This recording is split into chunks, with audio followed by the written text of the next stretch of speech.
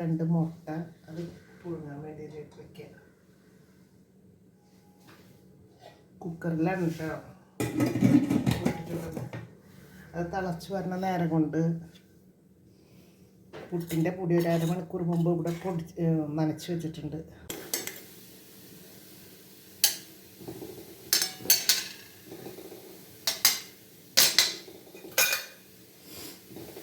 ബാക്കിയുള്ള പുട്ട് ഉണ്ടാക്കാം.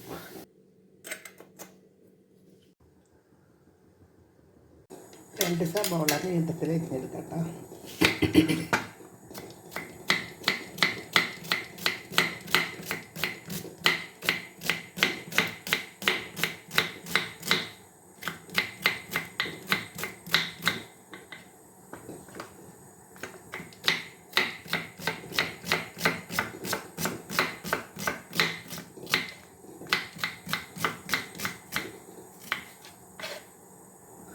ഇതിലേക്ക് കുറച്ച് ഉപ്പിട്ടിട്ട് നല്ലോണം തിരിഞ്ഞെടുക്കാം.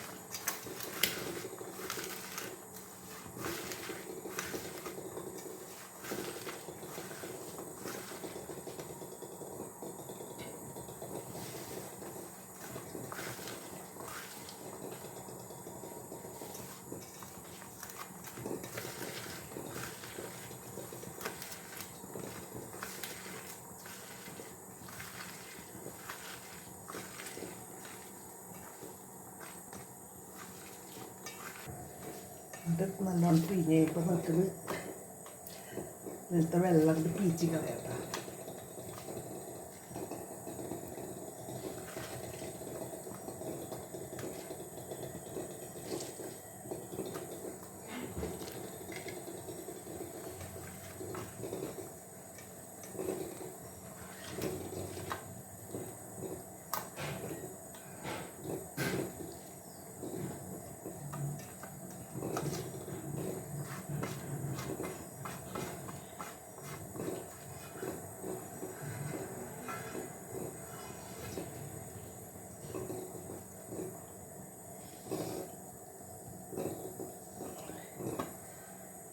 നമുക്കിത് കളയാം. മുട്ടക്കറിക്കുള്ള തേങ്ങ ഇത്ര തേങ്ങ മതി. ഇത് നമുക്ക് നന്നായിട്ട് അരച്ചു കൊണ്ടുവരാം. തൽപ്പാൽ എടുക്കാൻ വേണ്ടിയിട്ടാട്ടോ.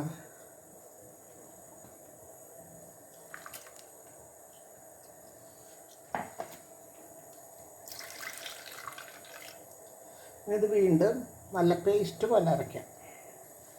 നമുക്കിത് അരയ്ക്കുമ്പോൾ ചട്നിക്ക് അരയ്ക്കുന്ന ബൗളിലാണ് ഇട്ടേക്കണേ. ഒരു 6 അണ്ടിപ്പരിപ്പും കൂടി ഇട്ടുണ്ട് കേട്ടോ.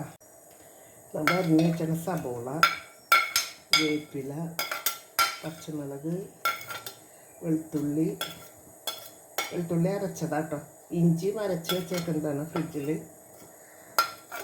ഇതൊക്കെ കൂടി ഇട്ടിട്ട് ഉപ്പ്, ഈ സബോളയിൽ ഉപ്പുണ്ടാവും, അപ്പോൾ ഉപ്പിടണ്ട. ഒരു തുണ്ട് മഞ്ഞൾ ഇട്ടാൽ മതി. മഞ്ഞൾ ഇതിട്ടിട്ട് നമുക്ക് ഇപ്പോൾ അരച്ച് വെച്ചേക്കുന്ന അരപ്പും കൂടി ഇട്ടിട്ട് തിളപ്പിക്കാം.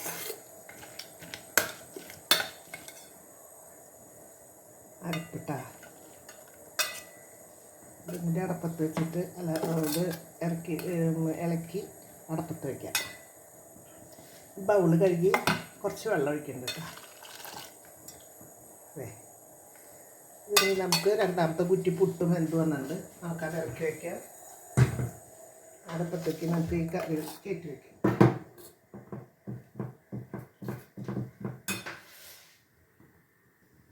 ഇതിലേക്ക് ഒരു ചെറിയ കഷ്ണം പട്ട, ഒരു ഏലക്കായയുടെ തരി, ഇതൊരു കറിയാൻ പോകും. ഇത് ചതച്ചിടാട്ടാ. സ്വല്പം പെരുംജീരകം പൊടിച്ചത്. തിളച്ച് നല്ലോണം തിളച്ച് വന്നിട്ടുണ്ടെങ്കിൽ ഇതിലേക്ക് നമുക്ക് തേങ്ങാപ്പാൽ ചേർക്കാം കേട്ടോ.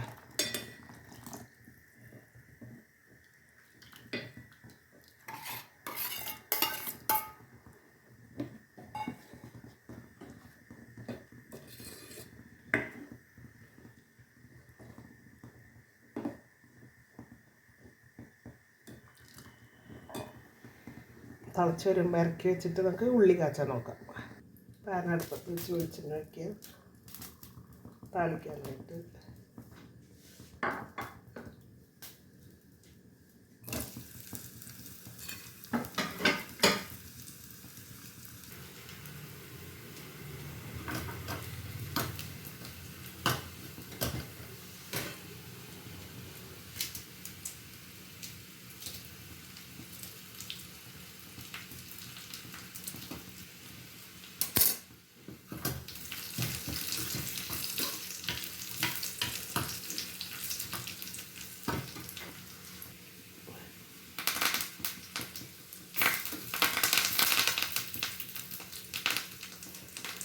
വേപ്പിലയും സ്വല്പം മഞ്ഞൾ പൊടി ഇടാം.